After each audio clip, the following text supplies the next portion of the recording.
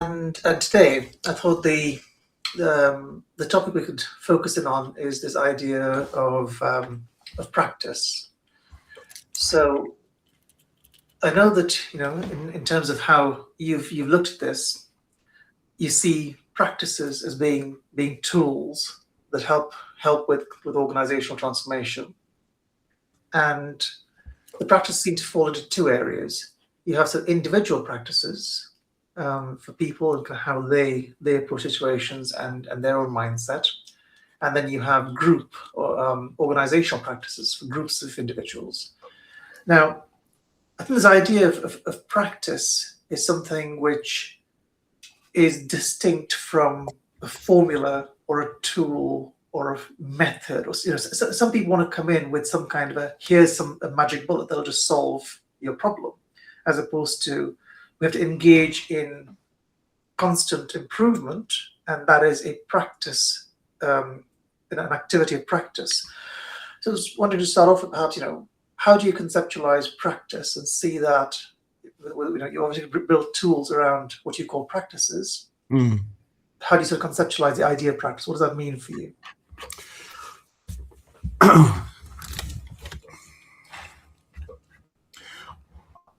It's come from a couple different places, I suppose. I haven't really thought about this. So one of the places it's come from is the work that Robert Keegan and Lisa Lasko-Leahy did in the precursor to the book Immunity to Change, which was called, I always forget this and it's embarrassing, but something like How We Change the Way We Speak Can Change the Way We Work, or something like that. A very weird, long title there.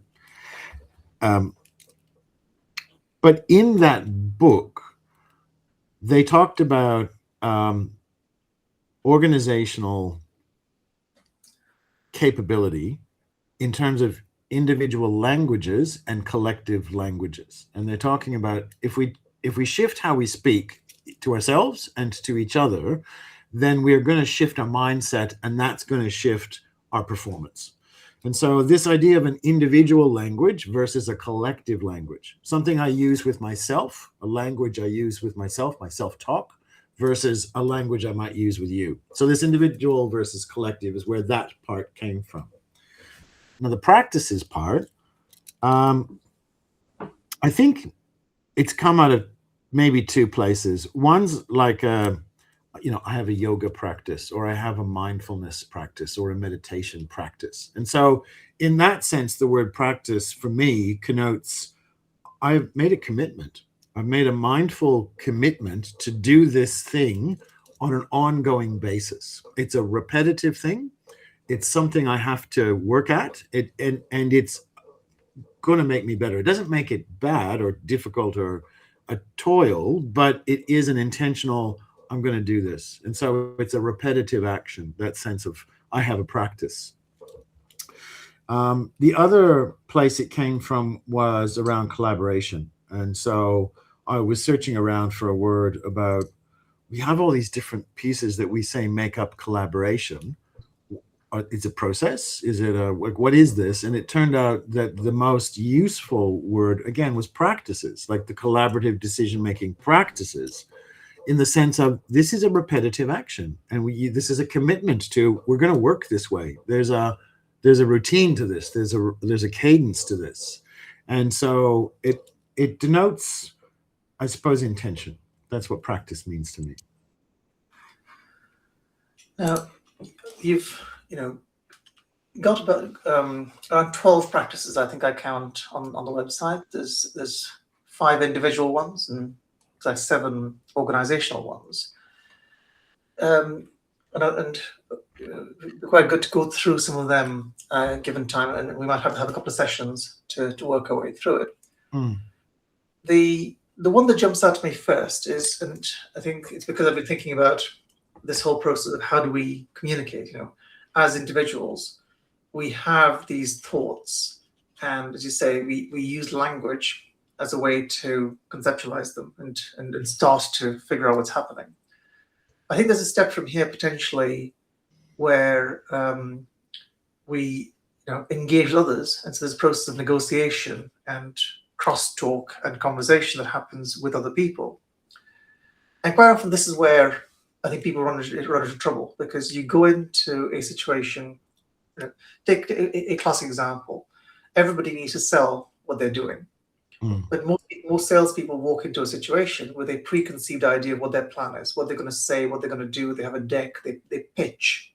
And we know that one of the things that we try and learn as kind of as individual salespeople, and we probably teach other people, is you need to start by listening, and you need to figure out what practices are required to improve your ability to go from perhaps talking across purposes and not being aligned to actually understanding what your clients need and aligning yourselves with that requirement. And moving from something that is misaligned to aligned is a fundamental aspect of this conversational piece.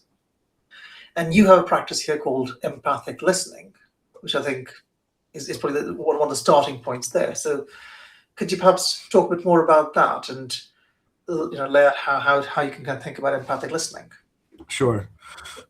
So for us, it's a foundational thing. So if we've got a transformation program or something with a executive team or organization, it's one of the first things we do with them is teach them this skill, this practice around empathic listening, and it is foundational in that sense. I literally today was with a client, and somebody said, it's like 2 ears and 1 mouth, and so it's really important to listen twice as much as you speak, and like it's a joke in a sense, and we all know this, and yet it's so rare. It's so rare that you run into people who do that and do it on purpose. If they're silent, it may be mostly because they're avoidant, or they're afraid, or they're bored, or they're checked out. And if they're engaged, almost always it's almost a battle for who got the talking stick.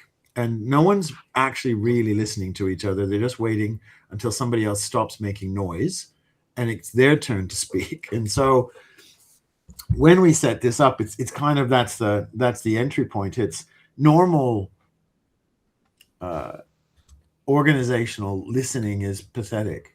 Most people couldn't even repeat what the person's just told them. Active listening is this thing about, no, you have to work at this. And so now you need to repeat verbatim back to them the content, at least, of what they're saying.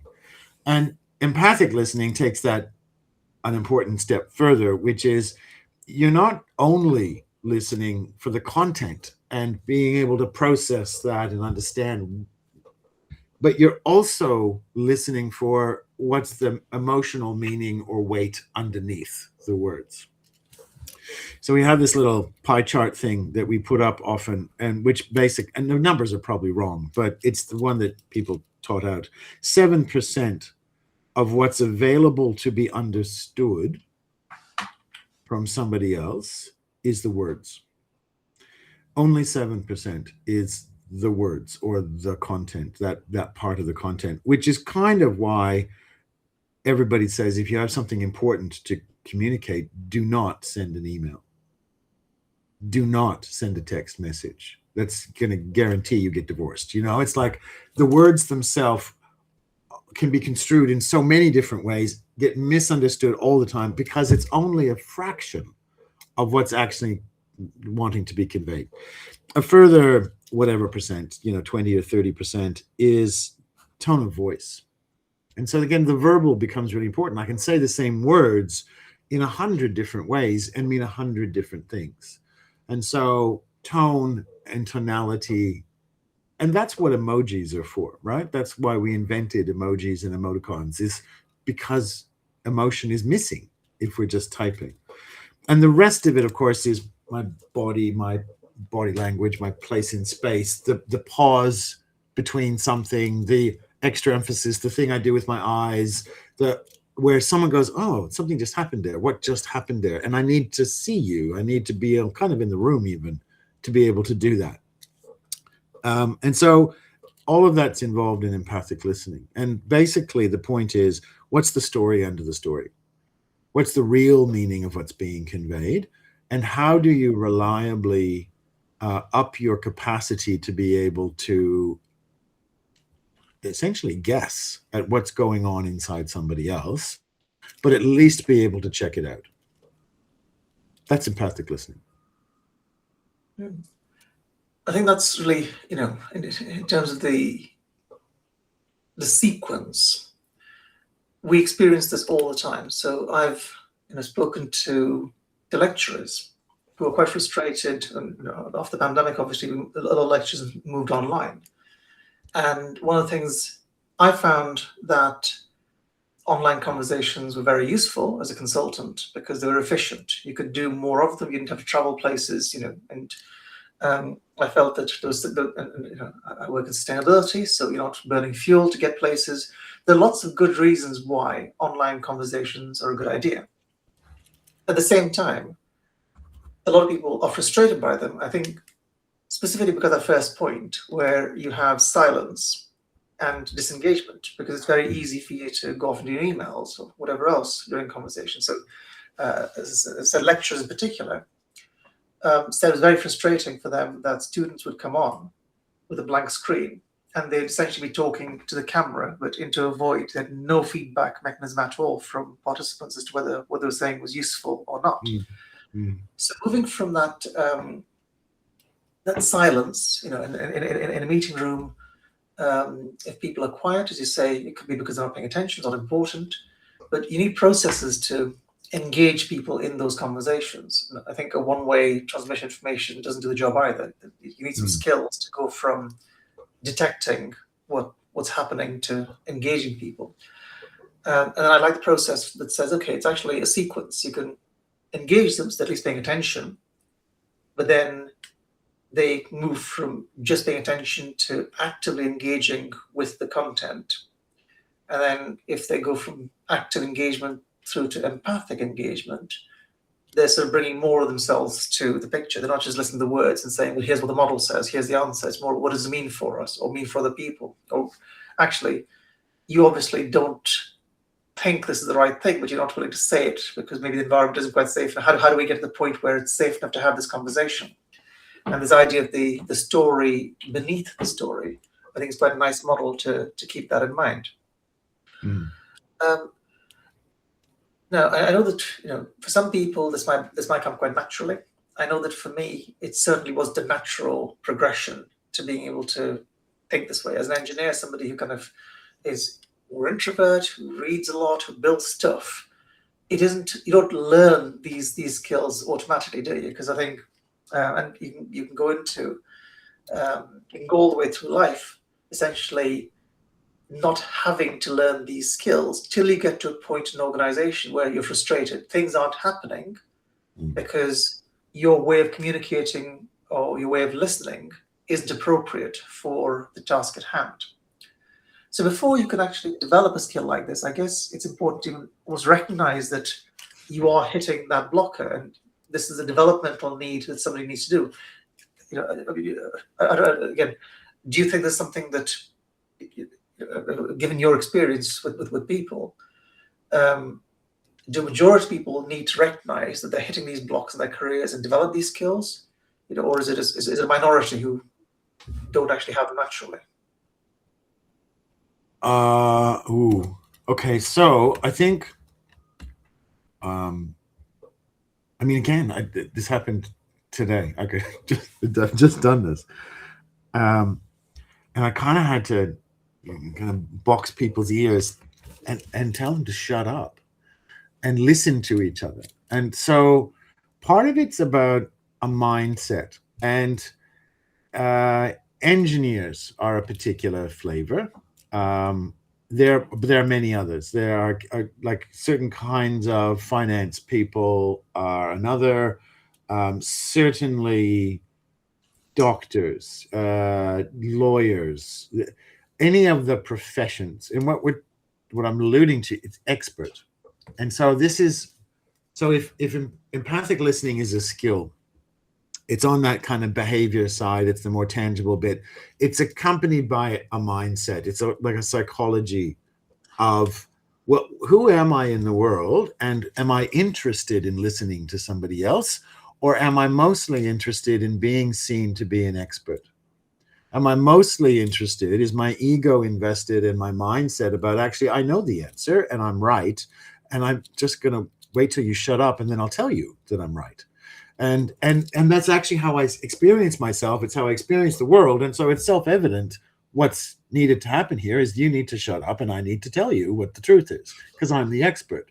In which case I would be baffled by the need for empathic listening, because why would I do that? So there is a mindset component to this.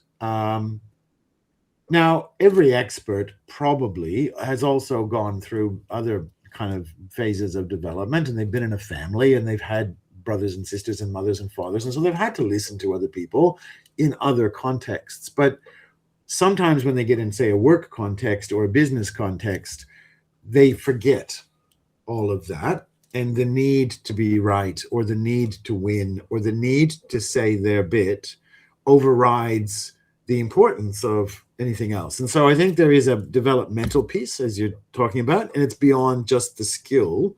It's actually, am I even interested in what anybody else has to say?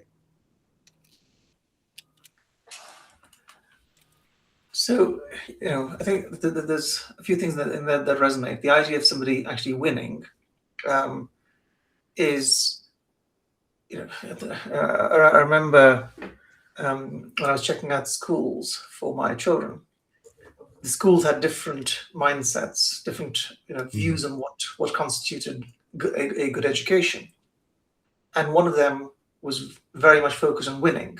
And I think that was partly because the leaders of the school came from a sports background, where it was fairly easy to figure out whether somebody could win or lose, while others came from more of a humanities background, where right and wrong were negotiated. I think this idea of kind of winning versus maybe negotiating, and people often kind of, I suppose, approach negotiation as a win-lose situation as well. But I think there's a lot of literature that says that it's more about accommodation and finding things that people can live with, because even if you win the argument, you can lose the kind of overall position, because people who have lost are less likely to support you in implementing your vision. They're more likely to sabotage what's happening. Just by not being aware of what's happening around you, you sow the seeds of failure, even though it looks like you've won the argument. Yeah. Look, I think so. I think there's that competitive nature, and people who live their life as a game of rugby or something, and that as a metaphor for life is only going to lead you into one kind of place, probably. And so you could choose that school if you wanted to have those sorts of kids, I guess. I think the thing about going back to maybe your original question about with people and empathic listening in this case, what's going to happen if they don't do this, regardless of who they are and what level of the organization is, they will fail. And they will get stuck. They will get into difficulty. They will lose negotiations. The projects will go offline. They'll lose whatever it is. They'll lose stuff if they're not listening. The consequence of operating in a way that is not paying attention to the deeper level story means they're going to plateau at a pretty low level in terms of their success or the kind of place their business gets to, or who they are, unless something remarkable happens. So I think that's often the motivator, is even the most dyed-in-the-wool expert who always wants to win will eventually realize what the cost of their winning all the time is. And they will have lost friends, lost partners, lost friends, whatever. And so that usually motivates people to kind of wake up and go, something needs to change. And so that usually comes to the rescue.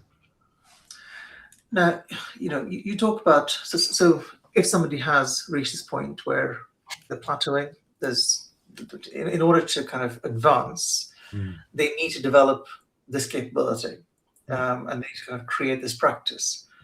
Again, on your website, you have these tools of transformation, and you describe these practices.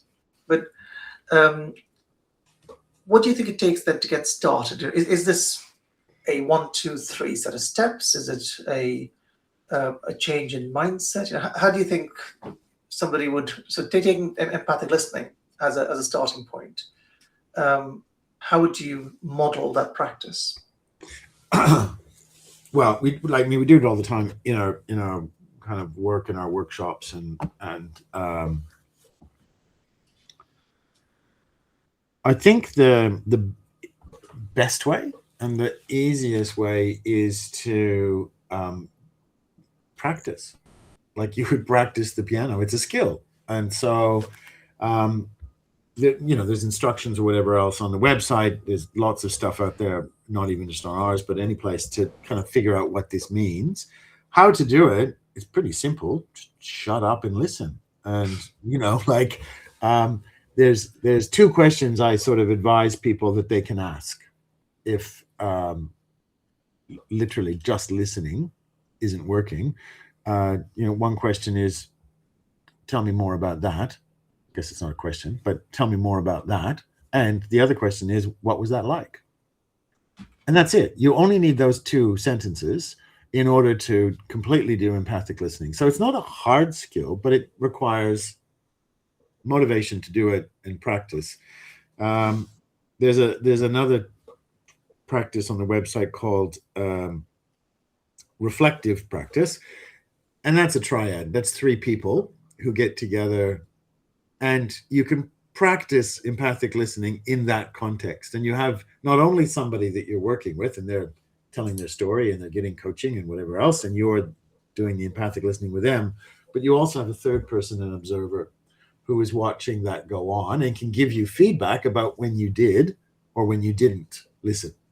When you jumped in and went, oh, I know what you're talking about, and go off and tell your own story, or when you were impatient, or when you missed the context of what was being told to you. So that's a really handy way to practice and get skillful at empathic listening, is to do it with 2 other people and have somebody give you feedback, and then you can kind of rotate around and give somebody else feedback. So I think that's a really easy way to get started. But you're right. There's that one piece, which is you've got to be motivated. You've got to see the value in this and understand that this is something you're not doing, and intentionally go out and give it a go. Most people that we work with hate it to start. It feels unnatural. It feels weird, and they're not good at it, and so they don't like it, and they want to go back to the normal way of listening, which is not listening, which is having a chat. Yeah. And so it takes also, I suppose, the preparation to get it wrong, feel uncomfortable, and stretch. It's like, out of my comfort zone. I'm learning something new. It's a stretch. I can relate to that in some ways, in that,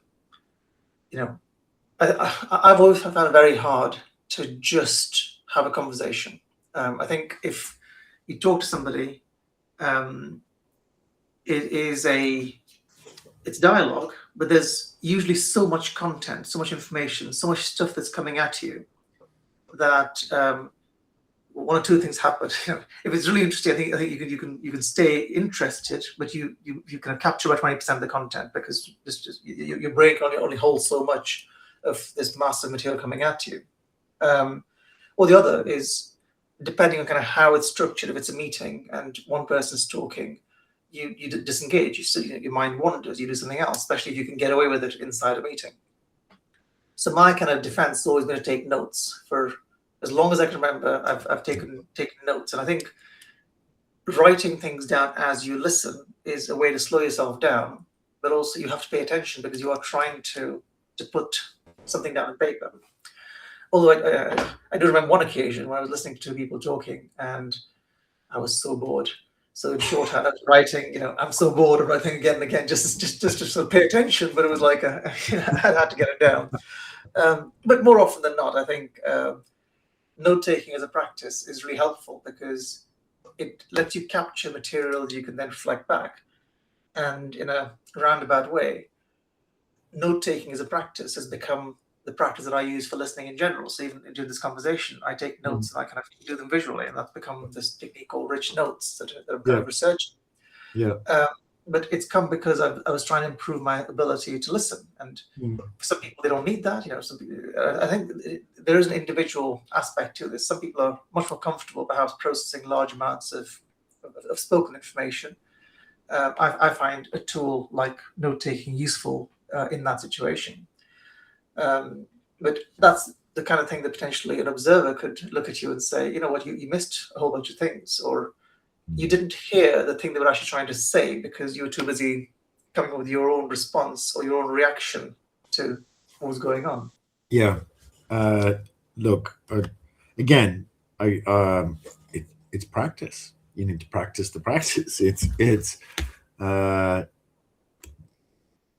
have been amazed the many times when I thought I was, for instance, even doing it well, and I had completely gone off in my own mind, thinking about something they had said, but not even noticing that I was not listening any longer, but I was figuring something out, or I'd gone off in some, I know what this means, and lost the thread of the conversation. I think that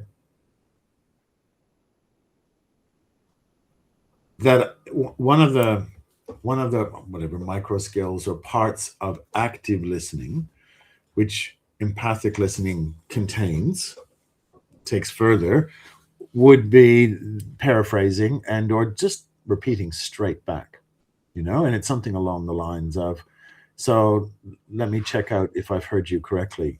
What I imagine you said is, or what I think you said is this. Is that right? And then you might even take that further from an empathic listening stance and the sense I have of where you're coming from, or the meaning I've made of that, is that actually this is really difficult for you, or this is really, you really liked it, or even if that's not what they said. And then, is that right? Because you're checking. And then the fact that you've put up this mirror to the other person, they then go, oh, is that what you got from what I said? Well, it was this, or you know what? I think you're right. That is actually what I was trying to say, or which might be a surprise to themselves. So it is a dialogue at some point, right? It's not just passive receiving. And but you're right. I think there's lots of different ways to do this, and the fact that you have this visual shorthand way of depicting this for yourself, it is focusing, and it does mean that you are attending to both what they're saying, but also, you're making meaning of it. And what we get to do here in this is, like, I get to see what meaning you're making because of what you're writing down. And I think I haven't so much this time, but I have noticed in previous sessions where you might have written something down and it's either taken me further or it's given me something to react against. And it's kind of like, oh yeah, it's not quite that, it's something else. And so that in itself is also a really useful piece of information to help the person clarify their own thinking. Yeah, I think in that sense, we've had a number of conversations, and one of the these components. So you talk about micro skills as an element of practice. One of the things that we're learning as we do more and more online content is that there's this idea of affordances. So as we talk, because Substack has a screen size certain kind, and we're trying to maintain focus on the presenters, there's quite a small area of space to write in for me in terms of taking these notes.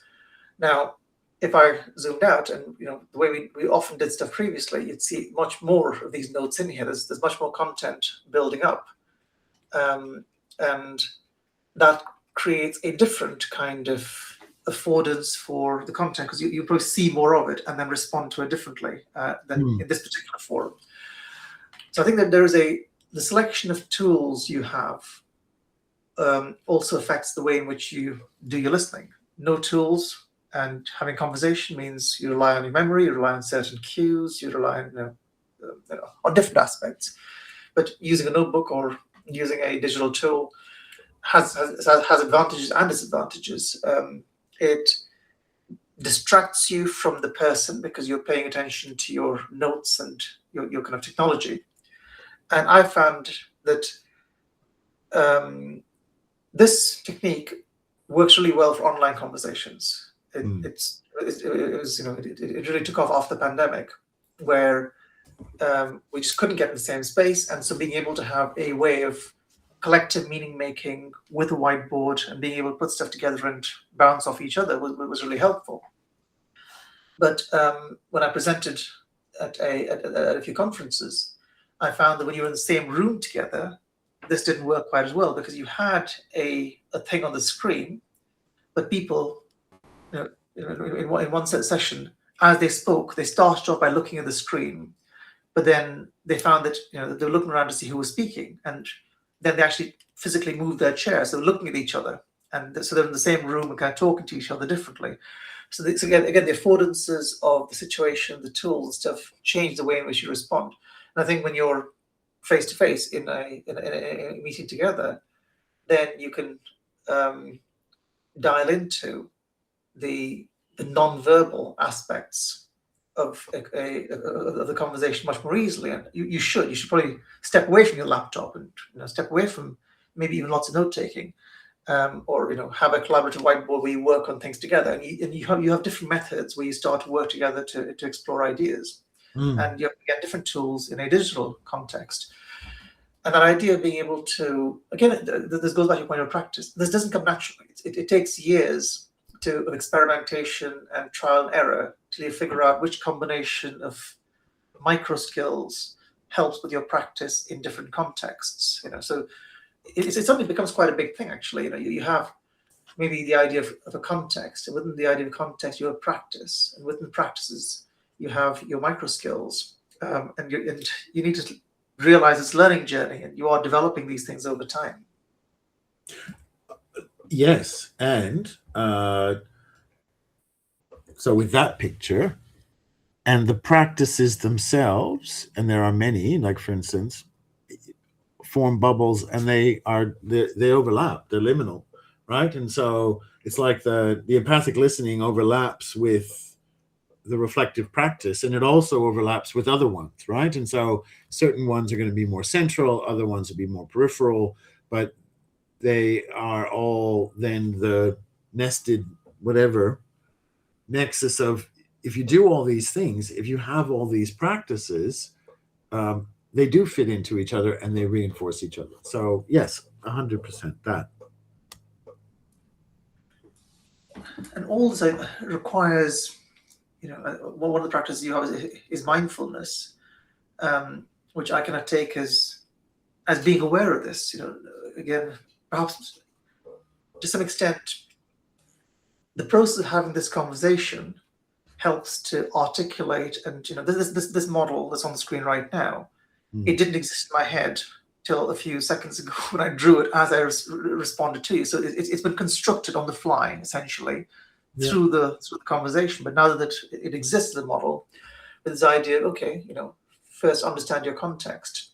It might be that your organizational culture is one that is very hierarchical and does not tolerate dissent and discussion, or it might be the other extreme, or there might be processes of structured discussion, debate that you need to conform with. You can't just come in with a particular mindset and then influence an organization that already has existing history that's different. And within that context, understanding how these various practices overlap and how you select them, that becomes, you do need to pay attention, don't you? You have to be aware of the bigger picture so you know what kind of action you can take in a given situation. Yes. The ones that we've selected, the ones I selected, aren't the only ones, and that list will change over time, and different ones probably could show up, and right now different ones could be on there. So it's not like these are the only 5 that exist and or these are the only 5 that matter. It's not. the case. There's other ones too. And they do different things. I think the way they got selected was through experience of what's important. And so mindfulness that you talk about is up there. In a sense, it is a practice in that sort of, I have a meditation practice is actually what that's about. And because of that, therefore, that's going to give me a certain kind of capability to show up into an organization in a particular way. I'm much more likely to be able to understand myself and to be available to empathically listen to somebody else, because I've kind of done that work on myself and I've got that capability. I don't have so much chatter going on that I'm unaware of my impact on, and I just have to get on and get my needs met. I'm aware of myself, and therefore I can see myself in context, and therefore I can see myself in relationship, and therefore I'm much more likely to be able to and interested in, for instance, empathically listening. So, they do build up, and mindfulness in that sense would be even more foundational than, say, empathic listening. If I can't be mindful, I can't empathically listen to anybody else, because there's too much else going on. I just won't be able to do it. Yeah, if you're kind of, this is again quite common, I think, isn't it, where you, in order to go into a situation and be real in there, you have to almost not have fear. If you're afraid of how you'll be taken, what the consequences are of certain situations, that's going to color your behavior. And I've always sort of thought a good situation to be in, I suppose, arguably it's a powerful situation to be in, is if you go into a situation and you want to make a difference, but you aren't trying to conform to somebody's idea, somebody powerful. The classic example here is this story about, I think Duke Ferdinand or whatever. It was like this thing when the emperor wants dumplings, he gets dumplings. Your choices are, if the emperor wants dumplings, either serve him dumplings or leave his employment. If somebody in power wants something, and this is where the choices get difficult for people, where the situation you're in demands loyalty or you have to leave. It's the in-between situations where you can go in and speak your mind without being too afraid of the consequences, where real communication can happen. I don't think like listening and talking can happen in an atmosphere of control and fear. It needs to happen, but it'll happen differently. Yes. And so you're touching there on all sorts of other stuff that may be a little bit beyond the purview of this kind of piece. But yes, you're right. And so if someone's, for whatever reason, whether it's a development issue, it's a mindset issue, it's a behavioral pattern that they're stuck in and they aren't aware of, the political environment is such that it demands this in order to get reward, or who knows, like all of that's probably true. If that's the situation you're in, then you can either stay or you can go. And if you stay, you can either comply or you can rebel. So there's lots of different, I suppose, scenarios that could be possible there. And we certainly would say that, you're going to get, if you comply and you stay in that situation, it's going to be pretty shit, right? It's going to be pretty bad for you. And so, and that's life for lots of people. They feel stuck. They are stuck, maybe, but they've made the choice to stay, and they make it as good as they can make it. I suppose they try and improve it from inside the situation. And like I say, we're about 39 minutes, so this is probably a good time to close this. But I think we reached a very natural end point here, in that we have the idea of context within which there are practices, within which there are micro skills. And so as an individual, you come into the situation. So there's a set of practices that are about these individual elements, and then what you're trying to do is apply them to the organization. And I think we've talked about some of the other aspects of, say, social contracting or collaborative decision making. That's where it comes together. So perhaps in our next conversation, I think we focus a little bit on this. How do you listen, and how do you perhaps just go into a little bit of the individual development capabilities in this discussion? In our next one, I think we focus on now, how do you actually work with the organization? What are the practices around social contracting, perhaps, or collaborative decision making? And how do you think about those aspects of the work? Yeah. Okay. Great. I mean, that it is. Yes. Good. That sounds like a great plan. I think so. Great. Well, again, wonderful talking to you again, and we'll carry on the next time. Fantastic. Okay. Thank you. And yeah, see you soon. Yep. See you later. Thanks very much.